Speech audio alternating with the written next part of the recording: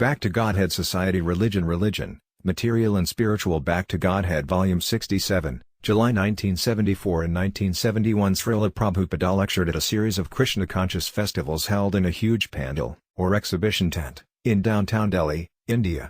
This is one lecture from that series. By His Divine Grace A.C. Bhaktivedanta Swami Prabhupada. According to our Vedic system, there are two kinds of religion. First, we must try to understand what religion is.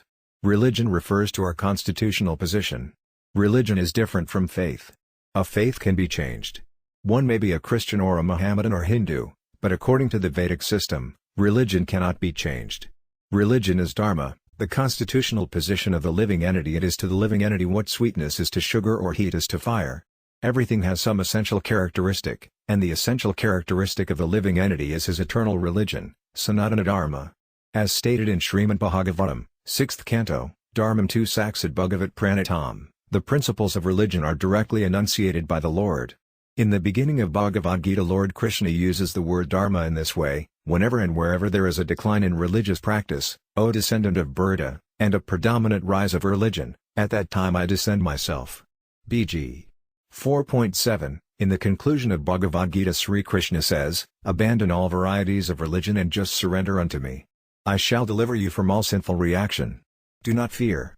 BG 18.66. If the Supreme Personality of Godhead appears on this planet to establish Dharma, Dharma Samsthapanarthaya, then why does he say abandon all Dharma, Sarva Dharman Parityajya? This means that but for surrender unto the lotus feet of Krishna, whatever is going under the name of Dharma is not actually Dharma. Dharma does not mean going to the church for some ulterior motive, for some money or sense gratification. Generally people cultivate Dharma, Artha, Kama, Moksha, religion, economic development, sense gratification and liberation. But one should not take to religion simply to make more money. That is not pure devotion. Pure devotion is described in this way, Bhakti Rasmrita Sindhu January 1, 2011. In this verse Srila Rupa Goswami clearly states that if one wants to execute unalloyed devotional service, he must be freed from all kinds of material contamination. One should not have any ulterior motive in approaching God but should approach God only out of love.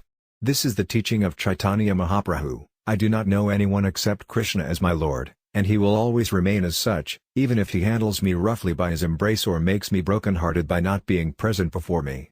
He is completely free to do anything and everything, but he is always my worshipable Lord, unconditionally. Siksataka 8. This is the attitude of a pure devotee. His exchange with God is not like the exchange between one merchant and another. He does not want anything of God except God's pure devotional service. The jnanis are desirous of liberation. They want to merge with the Supreme, and to this end they undergo austerities. They are serious, but they desire to become one with God. The yogis also undergo severe penances in the mystic yoga system, but they desire mystic powers. The karmas are also full of desires for sense gratification. Everyone has some demand, therefore, but the bhakta, the devotee, is different. There is no desire for the bhakta other than serving Krishna. As stated by Chaitanya Mahaprabhu, O Almighty Lord, I have no desire to accumulate wealth, nor have I any desire to enjoy beautiful women, nor do I want any number of followers. What I want only is that I may have your causeless devotional service in my life, birth after birth. Siksataka 4. Thus Chaitanya Mahaprabhu rejects even liberation. This is the state called akama. This means devoid of desire for material things. In the Chaitanya Charitamrita there is a verse that reads, Krishna Bhakta, Niskama, Adavasanta/Bhukshi Mukti Siddhi Kami, Sakali Asanta. There are many planets for those who worship the demigods, and in the higher planetary system the program for sensual enjoyment is much better than on other planets. Just as on this planet the American standard of living is far greater than that of other countries, in other planets the standard of living is far greater than on this earth. The inhabitants live many thousands of years. In Bhagavad Gita it is stated that Brahma's duration of life is very long indeed. By human calculation, 1,000 ages taken together is the duration of Brahma's one day. And such also is the duration of his night. BG 8.17. Although this may be the case, Krishna states, from the highest planet in the material world down to the lowest, all are places of misery wherein repeated birth and death take place. But one who attains to my abode, O son of Kunti, never takes birth again. BG 8.16. So even if one goes to the higher planets like Brahmaloka, he will have to come back again. However, Krishna says that if one comes to him, back to Godhead, then he does not have to return to the material world. The living entities within the material world are always full of anxiety and fear because their position is non-permanent.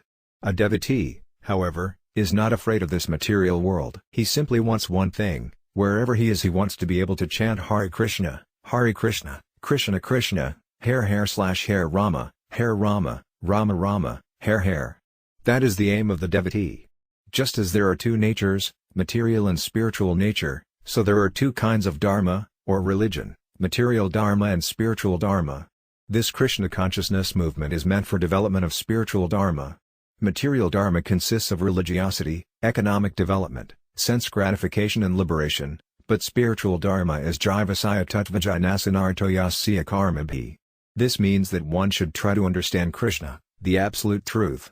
This dharma is eternal dharma because Krishna is eternal and we are also eternal.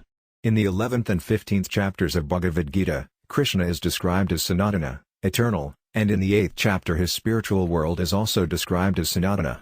Sanatana Dharma refers to the eternal engagement of the living entity in the service of the Supreme Eternal.